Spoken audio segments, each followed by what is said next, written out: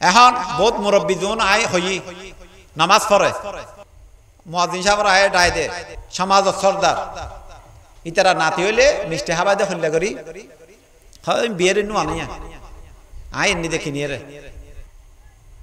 বিয়েরত বলে মিষ্টি নু আনা আয় আয় হাবে দে হয় না হয় তুই হাবানি কো বলে না নাতি হই দাও না হাবে বন্ধ না আবার হদ বিয়ের নু আনে বিয়ের ফান না দে ফান না দি দে